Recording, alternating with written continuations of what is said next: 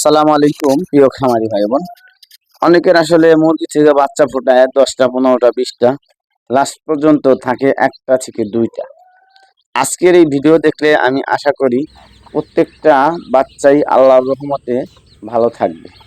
কেননা মানুষ না জানার কারণে আসলে মা চাষি খারাপ বোন যারাই আছে আসলে মুরগির বাচ্চাগুলো সব মারা যায়। কেন মারা যায়? এখন বর্তমানে শীতের সময় মুরগি পালন করা আমি সব সময় বলে থাকি যে আরো আরামদায়ক। কেন আরামদায়ক বলি? মুরগি দিয়া বাচ্চা ফুটায়, মুরগির সাথে ছেড়ে দেয় সকালবেলা। ছেড়ে দেওয়ার সাথে সাথে কি করে মুরগিগুলা নোংরা আবর্জনা পচা পানি আসলে শীত কত সময় একটা মুরগি তার বাচ্চাগুলাকে কোলের তলে নিয়ে রাখবে, তারও তো একটু হাঁটতে মন চায়, চলতে মন চায়। আসলে যেখানে সেখানে নিয়ে যায়, বাচ্চারাও হাঁটে, শীতে আসলে কাবু হয়ে যায়, কয়দিন পর পায়খানা হয়, আর খাদ্য খাবার ভালো দেয় না, মারা যায়। কি ট্রিটমেন্ট দিলে কিভাবে পরিচালনা করলে বাচ্চাগুলো সুস্থ থাকবে আপনি দেখেন আজকের এই ভিডিও দেখলে আপনার বাচ্চাগুলাও সুস্থ থাকবে। তো সর্বপ্রথম আপনার যেই কাজ করতে হবে, যে বাচ্চাগুলো দেখতে পারতেছেন, আমি কিন্তু একে চাইলে কিন্তু একটা মুরগি দিয়ে ছেড়ে দিতে পারতাম, আমি কিন্তু এটা মুরগি দিয়ে ছেড়ে দিব না। আর আমার কাছে মুরগি দিয়ে আমি বাচ্চা ফুটাই না, আমি জানেন মেশিন আছে, আমি মেশিন দিয়ে বাচ্চা ফুটাইছি। তো আমি কি করব, এদেরকে মা হারা কৃত্রিম বাচ্চা যেমন পালন করতে হয়, ঠিক তাদেরকে এরকম ভাবে পালন করতে হবে। এই যে একটু রোদ আসছে, এখানে আমি একটা ট্রেতে করে একটা টুকরিতে করে রোদে দিছি।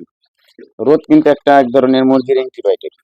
এটা যদি রোদে রাখতে পারেন, আপনার যে মাছের পলো আছে, আসলে কি করবেন, পলো দিয়ে রোদে রাখবেন। আবার যখন রোদ থাকবে না, তখন শীত থাকবে, সকালবেলা যদিও নিচে বস্তা বিছাই দিতে হবে, একটা ছালার চট বেছে দিয়ে আপনার পলোটাকে চারপাশ দ্বারা তেনা দিয়ে ঘিরে দিতে হবে, একটু কোনো জায়গায় ফাঁকা রাখতে হবে। আবার যখন রোদ উঠবে, আসলে যেই ন্যাকড়াটা দিয়ে আপনি রেখে দিবেন, ওইটা থেকে খুলে দিবেন, রোদ যাবে, খুব ভালো থাকবে। রাত্রে অবশ্যই একটা লাইটের ব্যবস্থা করতে হবে, শুধু লাইটের ব্যবস্থা করলে হবে না, সাথে একটা লাগবে, বাড়ানো কমানো একটা রেকর্ডার সেট করে রাখতে হবে। কি পরিমাণ হিট লাগবে আপনার বুঝতে হবে, ওই পরিমাণ হিট দিয়ে রাত্রে রেখে দিতে হবে। বাচ্চাগুলো আস্তে আস্তে যখন বড় হবে, যখন মেচিউরিটি উঠবে, 1 মাস গেলে আপনার যেই মুরগিগুলা 2 মাসে যেই বয়স হইতো, আপনার 1 মাসে ওই সাইজ হয়ে যাবে, আপনি যদি ভালো মানের একটু ফিট খাওয়ান। এই যে দেখতে পাচ্ছেন যে ফিটগুলা দিছি, সোনালি স্ট্যাটার 0 ফিট, এই ফিটটা খাওয়ানো আর রোগ প্রতিরোধ ক্ষমতা এদের দরকার, আবদ্ধভাবে থাকার দরকার, আসলে যেভাবে যা দরকার পরিপূর্ণ প্রোটিন পাবে, অল্প দিনে বাচ্চা গ্রোথে আসবে, মুরগি সুস্থ থাকবে। দ্বিতীয় নম্বর টিপস, আসলে মানে কি, মানুষ আসলে ভ্যাকসিন করে না, মা খালার আসলে কি করে, অবহেলা করে। একটা ভ্যাকসিনের দাম মাত্র 15 টাকা। এই 15 টাকার একটা ভ্যাকসিন যদি আপনি 3 থেকে 5 দিনের মধ্যে আইনে করে দিতে পারেন, তাহলে আপনার 5,000 টাকার মুরগি থাকে। আপনার 10টা মুরগি হইলে আপনার 5,000 টাকা, 500 টাকা একটা মুরগি ম্যাচিওর হইলে কইতে হয় না। আপনি 15 টাকার জন্য আপনি 5,000 টাকা আসলে হারাই ফেলেন, নষ্ট করে ফেলেন। ওইদিকে আসলে আপনি 15 টাকা খরচ করবেন না। প্রত্যেকটা পানি উন্নয়ন পানি সম্পদ বোর্ডে আসলে যারা যে পশু হাসপাতালে, প্রত্যেকটা পশু হাসপাতালে কিন্তু ভ্যাকসিন থাকে।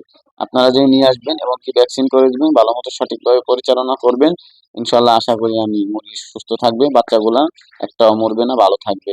আর ভিডিওটা ভালো লাগলে অন্যকে দেখার সুযোগ করে দিবেন, চ্যানেলটাকে সাবস্ক্রাইব করে দিয়ে পাশে থাকবেন। আসসালামু আলাইকুম রহমতুল্লাহ।